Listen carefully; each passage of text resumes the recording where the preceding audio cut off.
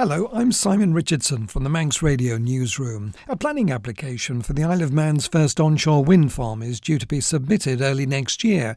Ahead of that, members of the public are being invited by Manx Utilities to a series of consultation events later this month. The Cair Vie wind farm would be sited at Earystane in the south of the island and could provide up to a quarter of our annual electricity needs. I've been talking to the Chief Executive Officer at Manx Utilities, Phil King. What we're trying to do is reach out to the whole island. This is an important project, this onshore wind farm. We've been putting information together over the last year, and we're in a good position to share all that information with Manx residents, which we're really keen to do.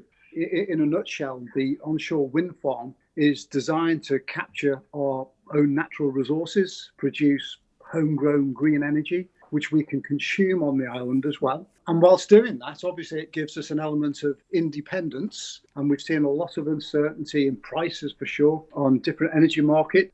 So hopefully it will fix some of that price going forward. And we're really just keen to share everything we have. And to make it as real as possible, we have arranged a number of events around the island. We have specialist teams that hopefully will be able to address any questions or explain things to residents. And we've got displays which show the journey so far, how we've actually got here, why we're doing this. And to make it real, we've also included a 360-degree virtual reality experience. So there's absolutely nothing to hide. This is what it would look like. And we're trying to recreate that experience online as well for any people that would prefer just to have a look online. There's a number of feedback portals, and that is a key aspect of this consultation and the way it's been designed. We really want feedback from residents of the Isle of Man. We want to know what people think about this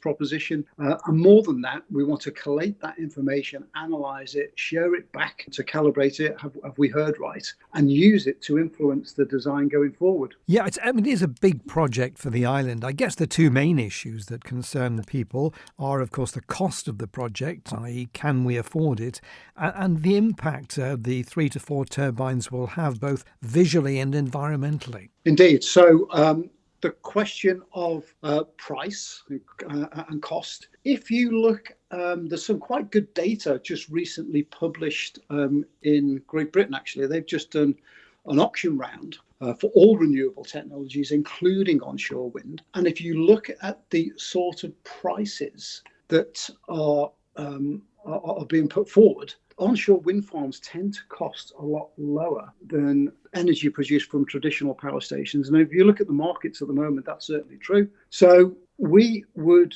hope and we believe that this project has every possibility of keeping tight pressures on that cost, on that price, to keep customers' bills as low as possible. And the other big benefit, the Isle of Man's a really windy place by comparison. So what we lack in economies of scale, which we're often criticised for, things are expensive. I think we can punch above our weight on this one, and because it's more windy, so the yield is going to be higher. So we're fairly confident.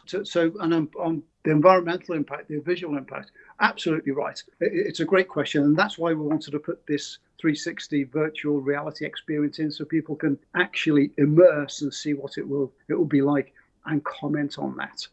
It's a critical part of the environmental impact assessment. We've had feedback through the scoping report and scoping response from experts in DEPA on what to consider, how to consider it. And we have a whole planning process to go through. And as we all know, because we live here, the Isle of Man is a stunningly attractive and beautiful place all across the island.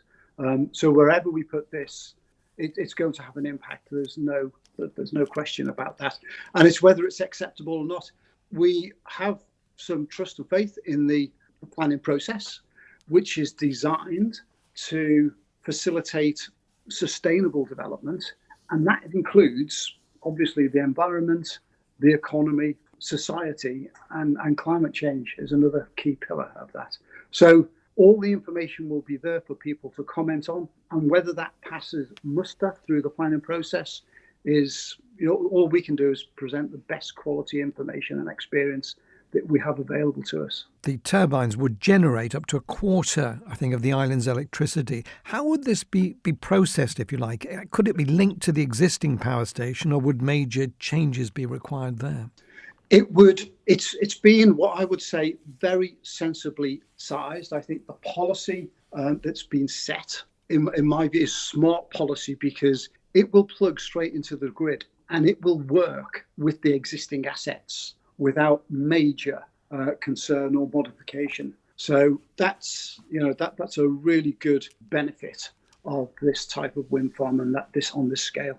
And it's going to be publicly owned and operated by Manx Utilities. Yeah. So owned by the people, operated by the people, for the people. I mean, it's all Manx. And yeah, that's the cheapest way and the best way we can keep the downward pressure on customer bills. If there's another mechanism, and we are talking to a number of private contractors as well, because this won't be the only part of the solution. Solar is part of the solution, and we're seeing increases in solar on the network now. So this is one strand of the whole energy puzzle, if you call it that. Now, I assume, just returning back to the planning situation, I assume you're expecting some resistance at the planning process, not least from people who may live close by. But I understand that Earystane residents are being contacted directly and offered a chance to meet specialist consultants at dedicated sessions. Indeed, that's right. So we've been really keen. Arguably, they're the most important because they live the closest. So we were really keen to send private letters and offer private sessions to discuss in particular concerns that they may have, and get them properly recorded so that can be built into the planning application. So yes, it's what we were keen to do. But we've been very lucky in many ways, because when the project was announced a year ago, there've been a number of active liaisons, whether it's freedom of information requests, whether it's public meetings, there's been a whole variety of contact. So, I think there's been parliamentary questions, lots of them on it too. So we know the sort of things that people are keen to discuss, and hopefully we'll be able to answer some of those questions through some of this process. But you're right, we've targeted the local residents in advance, really, of the whole island. But it is a whole island project. It is for the benefit of the whole island. So we're really keen to contact everybody and tell everybody about it. Now, the planning process can, as we've heard so many times on the Isle of Man, be extremely long-winded. Do you have a target date by which you would expect, or at least hope, work to commence on site? We've had to make a number of assumptions, and we put that journey on the display boards. We've allowed the best part of a year for the planning process. It may take longer. We don't really know. This is first of a kind on the Isle of Man.